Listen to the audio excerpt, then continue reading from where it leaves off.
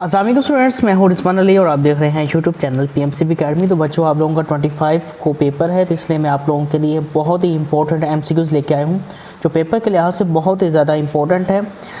मैं जानता हूँ आपके पास टाइम बहुत कम है, आप लोग तैयारी मसरूफ़ हैं, तो इसलिए मैं जल्दी से आप लोगों को ये एमसीक्यू सॉल्व करवा देता हूँ। नंबर 1 की तरफ, the product of energy and time is dimensionally same as product of. बच्चे, हमें सिर्फ इसमें यह बताना है कि जो डायमेंशन एनर्जी और टाइम को मल्टीप्लाई करने से आते हैं वो इनमें से किस को मल्टीप्लाई करने से आते हैं। एनर्जी के यूनिट्स होते हैं जूल और टाइम के यूनिट होते हैं सेकंड। इसका मतलब है इसके यूनिट्स क्या बन गए, प्रोडक्ट के जूल सेकंड बन गए। अब इसके यूनिट्स निकालें, इम्पल्स और टाइम के इम्पल्स के होते हैं न्यूटन सेकंड, टाइम के होते हैं सेकंड, ये हो गया न्यूटन सेकंड स्क्वायर, ये तो जूल सेकंड नहीं बन सकता।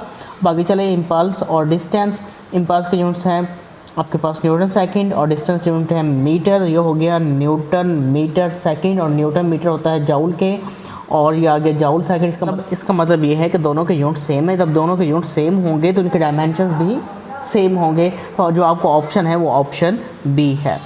Question number 2, if error in the measurement of volume of sphere is 6%। अगर हमने सफ़ेयर का वॉल्यूम को मेजर किया है, उसमें जो परसेंटेज एरर आया है वो है 6%। अब हमें फाइंड करना है कि अगर हम उसका एरिया फाइंड करें तो उसमें कितना एरर आएगा। अब देखें, जो वॉल्यूम का फार्मूला होता है वो होता है 4/3 पाई आर क्यूब। अब इसका एरर जब हम फाइंड करते हैं तो सिर्फ इसमें आर इस्तेमाल करते हैं क्योंकि ये वेरिएबल है, बाकी सारे कांस्टेंट्स हैं, वो कांस्टेंट इस्तेमाल नहीं होते।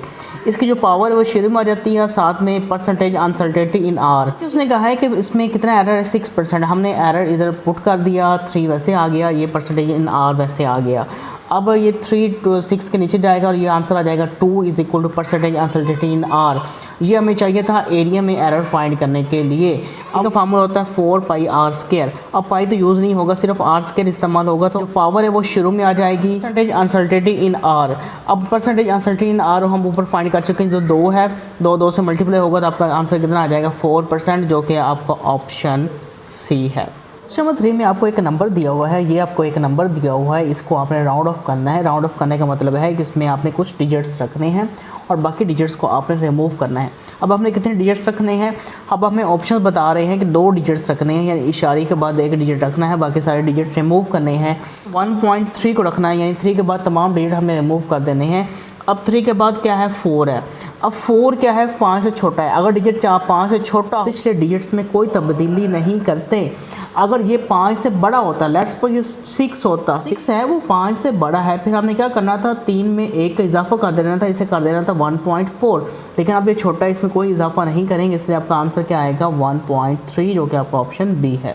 ई एनर्जी को डिनोट करता है, एम मैस को डिनोट करता है, एल एंगुलर मोमेंटम को डिनोट करता है, और जी आपके पास ग्रेविटेशनल कांस्टेंट है। तो बताएं इसके डायमेंशंस क्या होंगे। आपके पास एनर्जी है, एनर्जी के यूनिट्स होते हैं जूल, जूल इक्वल होता है न्यूटन मीटर के। ये आपके पास एंगुलर मोमेंटम है, एंगुलर मोमेंटम के यूनिट्स हो गए किलोग्राम मीटर स्क्वायर पर सेकंड, और ये इसके ऊपर स्क्वायर है, इसलिए क्या ले लेंगे, होल का स्क्वायर ले लेंगे।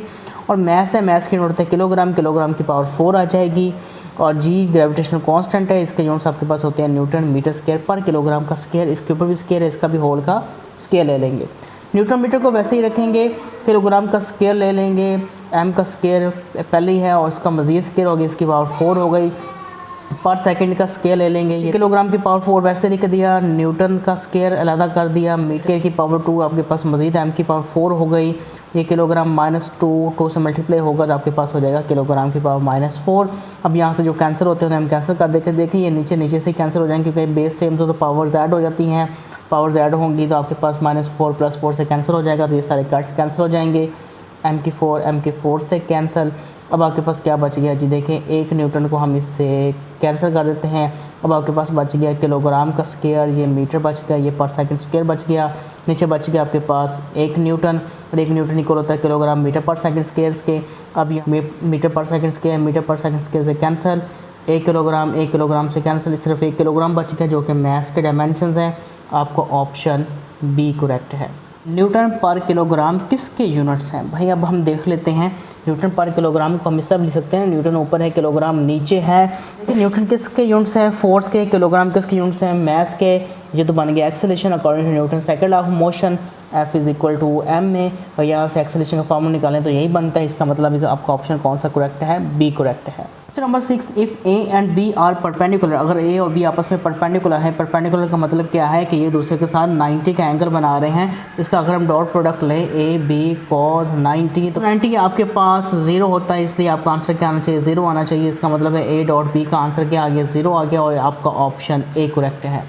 नंबर 8, आपके पास कहता है जी ए डॉट बी, अगर ए और बी का डॉट प्रोडक्ट ले तो आंसर 0 आना चाहिए, और ए और सी का क्रॉस प्रोडक्ट लें तो आंसर आपका नल वेक्टर आना चाहिए। वो कहता है जी कि बी और सी के दरमियान कितना एंगल होगा, ये एंगल उसने ऑप्शन दिया, हमने इसमें से ऑप्शन चूज़ करना है। अब देखिए उसने कहा है कि ए और बी का आंसर 0 आना चाहिए, डॉट प्रोडक्ट का आंसर 0 तब आता है जब वो आपस में परपेंडिकुलर हों। अभी हमने पिछले एमसी को सॉल्व किया है, परपेंडिकुलर का मतलब वो कितना एंगल बनाते हैं, 90 का एंगल बनाते हैं। ए और सी का क्रॉस प्रोडक्ट का आंसर नल वेक्टर तब आएगा जब दोनों एक दूसरे के पैरेलल होंगे, यानी ए और सी।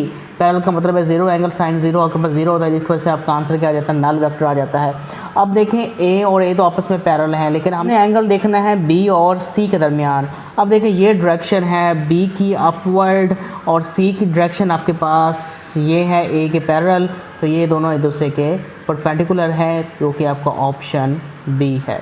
नंबर 9 में आपके पास दो वेक्टर्स दिए गए हैं और कहा गया है कि क्यू की वैल्यू फाइंड करें, दूसरे वेक्टर में क्यू मौजूद है। अब हम पता है दो वेक्टर्स हों, अगर उनका डॉट प्रोडक्ट लें तो उसका आंसर क्या आता है, 0 आता है, इसलिए दो वेक्टर्स का डॉट प्रोडक्ट मैंने 0 की इक्वल कर दिया है। अब इनका डॉट प्रोडक्ट लेते हैं, 2 2 बार 4 हो गया, 4 6 बार 24 होता है, 7 क्यू से मल्टीप्लाई होगा तो 7 क्यू आ जाएगा, माइनस प्लस माइनस हो जाता है, इज इक्वल टू 0। 24 में 4 जमा किया 28 आ गया। अब 28 को उधर लेके जाएंगे, 28 प्लस कर दे जाके माइनस हो जाएगा, माइनस 7 28 के नीचे बटे के नीचे चला जाएगा, माइनस माइनस से cancel, Q is equal to 4, 7 4 बार 28। आपका ऑप्शन कौन सा हो गया जी, ऑप्शन ए है। नंबर 10 में ए और बी आपके पास दो वेक्टर्स गिवन है, हमने इनके दरमियान एंगल फाइंड करना है। ठीक है, एंगल फाइंड करने के लिए हम ये फार्मूला इस्तेमाल करेंगे, A dot B is equal to A B cos theta. A consider कर लें, आपके पास जे प्लस के है और बी आपके पास है माइनस जे माइनस के। तो पहले इनका डॉट प्रोडक्ट लिख लेते हैं, ए की जगह पे ए की वैल्यू, बी की जगह पर बी की वैल्यू, ए की जगह पर ए का मैग्नीट्यूड, बी की जगह पर बी का मैग्नीट्यूड, साथ में कॉस थीटा। ए डॉट जे आपके पास 1 होता है, इसके साथ अलामत माइनस की है, इसके साथ प्लस की है, माइनस प्लस आपके पास माइनस होगा, और यकीनन आपको ये आता होगा। इस तरह ये भी आंसर आपका -1 आ जाएगा। और ये आपके पास 1 का स्क्वायर प्लस 1 का स्क्वायर, क्योंकि ये दोनों प्लस में है। आगे देखें, ये माइनस में इसलिए -1 का स्क्वायर, ये माइनस में इसलिए -1 का स्क्वायर, ये होगा √2, ये भी हो गया √2। अब ये कैसे हो गया, क्योंकि -1 का पावर स्क्वायर आ जाए तो वो प्लस हो जाता है, अगर पावर इवन हो जाए तो माइनस ख़त्म हो जाता है, इसलिए ये √2 का होल का स्क्वायर आ जाएगा, क्योंकि 2 दफ़ा है, ये स्क्वायर √2 से कैंसिल हो जाएगा, ये 2 बच गया, ये -2 के नीचे चला जाएगा, ये इससे कैंसिल हो गया, आपके पास आ गया -1। थीटा इधर रहेगा, कॉस उधर जाके इन्वर्स हो जाएगा, कॉस इन्वर्स -1 आपके पास 180 डिग्री आ जाएगा। आपका ऑप्शन बी है। Question number 11, the angle of projectile, आपने प्रोजेक्टाइल को एंगल फाइंड करना है for which maximum height and horizontal range of projectile are equal. वो एंगल बताएं जिसमें हाइट और रेंज आपकी इक्वल होती है। तो हाइट का फार्मूला लिखें, vi² sine square theta over 2g, और ये रेंज का formula vi² sine 2 theta over g। अब देखें vi² को vi² से हम कैंसिल कर देते हैं, यहाँ पे बच गया साइन स्क्वायर थीटा, नीचे 2g वैसे आ गया। इसको ओपन करें, साइन 2 थीटा को, 2 sine theta cos theta, 1 sine theta इस स्क्वायर से कैंसिल हो गए, यहाँ पे 1 साइन थीटा बच गया, जी से कट गया, ये 2 को उधर जाके 2 से मल्टीप्लाई करवा दें, ये हो गया 4, ये कॉस थीटा इस साइन थीटा के नीचे आ जाएगा, ये हो गया आपके पास tan theta is equal to 4, theta is equal to tan inverse 4, जो कि होता है 76 डिग्री के, जो कि आप कैलकुलेटर यूज़ कर सकते हैं। अब देखते हैं अब आपका ऑप्शन कौन सा है। अब आपका जो ऑप्शन है वो है option D. Question number 12, Newton's first law of motion gives definition of. का जो पहला कानून है वो किसकी डेफिनेशन देता है, मास की, फोर्स की, एक्सेलरेशन की, स्पीड की। भाई ये फोर्स को अप्लाई करता है ना, जब भी किसी जिस्म पर फोर्स लगती है तो वो क्या क्या करती है, फोर्स लगने से एक्सेलरेशन पैदा होता है, एक्सेलरेशन को डिफाइन नहीं करता, ये फोर्स को डिफाइन करता है। नंबर 13, सिंपल सा क्वेश्चन है, आपके पास 4 बॉडीज़ हैं, चारों बॉडीज़ को 4 एंगल्स पे प्रोजेक्ट किया गया है, 30 डिग्री, 45 डिग्री, 55 डिग्री, 65 डिग्री। अब आपने बताना है कि इनमें से किस एंगल की रेंज सबसे ज़्यादा होगी। तो हम सिंपल रट्टा नहीं लगाएंगे ना तुक्का लगाएंगे, हम फार्मूला इस्तेमाल करेंगे, equal to vi² over g sine 2 theta. अब देखें इसका आंसर मैक्सिमम तब आएगा जब sine 2 theta is equal to 1 हो जाएगा। इनको उधर लेके जाइए, साइन इनवर्स 1 होता है, साइन इनवर्स 1 आपके पास 90 डिग्री हो जाएगा और 2 90 के नीचे आकर डिवाइड हो जाएगा। आपका आंसर आ गया 45 डिग्री, जो कि आपका ऑप्शन बी है। Question number 14, which of the following is not an example of projectile motion. Projectile motion की कौन सी एग्जाम्पल नहीं है जी। बेसबॉल शूट, बिल्कुल ये प्रोजेक्टाइल मोशन है। फुटबॉल किक, ये भी प्रोजेक्टाइल मोशन है। Bullet fire from the gun, ये भी प्रोजेक्टाइल मोशन है जी। ये प्रोजेक्टाइल मोशन नहीं है। गैस फील्ड बलून, वो बिल्कुल स्ट्रेट ऊपर जाता है, वो प्रोजेक्टाइल मोशन नहीं करता। Number 15, ratio of dimensions of power and kinetic energy. Power और काइनेटिक एनर्जी के डायमेंशंस की हमें रेशियो फाइंड करनी है। पावर की यूनिट्स होते हैं जाउल पर सेकंड और काइनेटिक एनर्जी के यूनिट्स होते हैं जाउल। जाउल जाउल से कैंसिल हो गया, ये सेकंड नीचे आ जाएगा। 1/सेकंड, सेकंड के डायमेंशंस होते हैं टी और टी ऊपर चला जाएगा। आपका आंसर क्या गया 1/T। हम इसे ब्रैकेट्स में लिखते हैं, आप भी ब्रैकेट्स में लिख लीजिएगा क्योंकि ऑप्शंस नहीं दिए हुए थे इसलिए मैंने ब्रैकेट यूज़ नहीं की। आपका जो ऑप्शन है वो है option C. 16, when gravitational force does negative work on a body. जब ग्रेविटेशनल फोर्स किसी बॉडी के ऊपर नेगेटिव वर्क करती है तो भी पोटेंशियल एनर्जी का क्या हाल होने वाला है, इंक्रीज हो जाएगी, डिक्रीज हो जाएगी, या उसमें कोई चेंज नहीं आएगी, या ऑप्शन ही आपके पास मौजूद नहीं है। अब देखें नेगेटिव वर्क कब होता है। नेगेटिव वर्क कब होता है जी कि फोर्स नीचे की तरफ लग रही होती है ग्रेविटी की और जिसम ऊपर की तरफ जा रहा होता है। जब जिसम हाइट की तरफ जाता है, हाइट बढ़ती है उसकी, जिसकी वजह से उसकी ग्रेविटेशनल पोटेंशियल एनर्जी भी इंक्रीज हो जाती है। ऑप्शन ए है। क्वेश्चन नंबर 17, इसमें कोई सोल्यूशन नहीं, जस्ट याद रखना है 1 हॉर्स पावर आपके पास 746 वाट के इक्वल होता है। इसे 1 HP भी कहा जाता है, 1 horse power. Number 18, a force 4 Newton, 4 Newton की फोर्स है जो किसी जिस्म को प्रेक्ट करती है और उस फोर्स से 11 मीटर का डिस्प्लेसमेंट या डिस्टेंस कवर होता है। किस डायरेक्शन में, फोर्स की डायरेक्शन में। इसका मतलब है डिस्टेंस और फोर्स का डायरेक्शन सेम है, इसका मतलब एंगल कितना होगा 0 डिग्री होगा। हमने वर्क फाइंड करना है। Work is equal to FT cos theta. F आपके पास 4 है, डी आपके पास 11 है, एंगल आपके पास 0 है, cos 0 1 होता है। 11 4 पर 44, 44 1 पर 44 न्यूटन, जो कि आपका ऑप्शन डी है। Number 19, velocity of a gas with increasing temperature. भाई जब टेम्परेचर में इजाफा होता है तो गैस की वेलोसिटी के ऊपर क्या असर होता है, ये मैंने एक फार्मूला लिखा हुआ है। देखिए मास कांस्टेंट है, 1/2 कांस्टेंट है। अब वेलोसिटी और टेम्परेचर का डायरेक्ट रिलेशन है, अगर टेम्परेचर बढ़ेगा तो वेलोसिटी भी बढ़ेगी, वेलोसिटी आपकी इंक्रीज हो जाएगी। Number 20, the law of conservation of mass given us the equation of continuity. Equation of continuity law of conservation of mass को ओबे करती है। नंबर 21, ऐसा यूनिट ऑफ विस्कोसिटी। विस्कोसिटी का ऐसा यूनिट्स क्या है, मैंने ऑप्शन नहीं दिया, सिंपल सॉल्व करवा दिया। F = 6π/RV, यहाँ सीटा की वैल्यू निकाल लें। से F/6πRV, फोर्स के यूनिट होते हैं न्यूटन, 6π के कोई यूनिट्स नहीं होते, R के मीटर, वेलोसिटी के मीटर पर सेकंड। किसकी इक्वल होता है, kilogram metre per second square. 1 metre इससे कैंसिल हो गया, ये मीटर ऊपर चला जाएगा, ये पर मीटर हो गई, ये पर सेकंड ऊपर चला जाएगा, तो क्या होगा जी पर सेकंड स्क्वायर +1 आपके पास बच जाएगा -1, जो कि आपका ऑप्शन आ गया किलोग्राम पर metre per second. Number 22, Stokes law holds for bodies when they have spherical shape. ये सिर्फ स्फेरिकल शेप बॉडी के ऊपर अप्लाई होता है और किसी बॉडी के ऊपर अप्लाई नहीं होता। Number 23, the terminal velocity of spherical object is given by. ये इसका फार्मूला है भाई, इसको आपने याद रखना है, इसमें रट्टा लगाना है, क्रैम करें और भी फार्मूला सारे याद कर लें आप लोग। Number 24, the number of nodes between 2 consecutive anti nodes. 2 anti nodes के दरमियान बताएं कितने नोड्स बनते हैं। आपके पास ये एक एंटी नोड आ गया, आपके पास ये एक एंटी नोड आ गया, इसके दरमियान सिर्फ एक ही नोड मौजूद है, आपका ऑप्शन ए करेक्ट है। 25, when two notes of frequency F1 and F2 are sounded together। कहते हैं जी दो साज हैं, एक ही फ्रीक्वेंसी F1 है, एक ही फ्रीक्वेंसी F2 है, इससे हमारे पास बीट्स पैदा होती हैं। F1 बड़ी है F2 से, बताएं बीट फ्रीक्वेंसी क्या होगी। बीट फ्रीक्वेंसी का फाइंड करने का फार्मूला ये होता है F1 - F2। बीट फ्रीक्वेंसी की जगह पे वर्ड नंबर ऑफ बीट्स भी कह सकता है, तो इसका फार्मूला होता है F1 - F2। बड़ी फ्रीक्वेंसी में से छोटी फ्रीक्वेंसी को आप माइनस कर दें।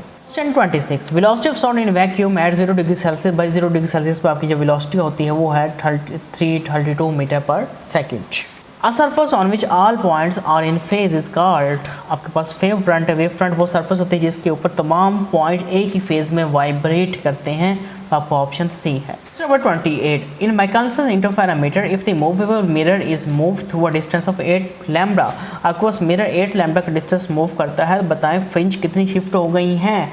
आपने ये फार्मूला इस्तेमाल करना है, L = m λ/2। L वो जो डिस्टेंस मूव कर चुका है 8 लैम्बडा, 1 लैम्बडा इस लैम्बडा से कैंसिल, 8 2 बार आपके पास 16 हो गए, तो कितनी शिफ्ट हुई 16, आपका ऑप्शन सी है। Question number 29, the ratio of fringe width for dark and bright fringe. Dark fringe को ऊपर रखें, ब्राइट फ्रिंज को नीचे रखें। आपने रेशो फाइंड करेंगे, दोनों का फार्मूला सेम होता है, लैम्डा एल ओवर डी दोनों से कैंसिल हो गया। आपका आंसर आ गया 1:1, जो कि आपका ऑप्शन डी है। Question 30, in double slit experiment, भाई डबल स्लिट एक्सपेरिमेंट हो रहा है। For light of which colour the fringe width will minimum, किस कलर के लिए फ्रिंज विड्थ आपकी मिनिमम होगी। फ्रिंज विड्थ का फार्मूला पीछे हमें डिस्कस कर चुके हैं, या फ्रिंज स्पेसिंग कह सकते हैं, लैम्डा एल ओवर डी। ये डायरेक्टली डिपेंड करती है वेवलेंथ के ऊपर, जितनी वेवलेंथ ज़्यादा होगी उतनी फ्रिंज विड्थ ज़्यादा होगी। इनमें से वायलेट की वेवलेंथ सबसे कम होती है, इसलिए इसकी फ्रिंज विड्थ भी मिनिमम होगी। आपका ऑप्शन ए करेक्ट है। आपको 30 एमसीक्यूज़ मैंने करवा दी हैं, इंशाल्लाह बाकी 30 एमसीक्यूज़ भी हैं, बहुत ज़्यादा इंपॉर्टेंट एमसीक्यूज़ हैं, मैं सुबह अपलोड कर दूँगा। बहुत ज़्यादा मेहनत करें, खुदा आप लोगों को कामयाबी अता फरमाए। बहुत अच्छा आप लोगों का पेपर होगा इंशाल्लाह, परेशान होने की ज़रूरत नहीं है। मुझे भी दुआ में याद रखिएगा, अपना बहुत ज़्यादा ख्याल रखिएगा। अल्लाह हाफिज़, टेक केयर।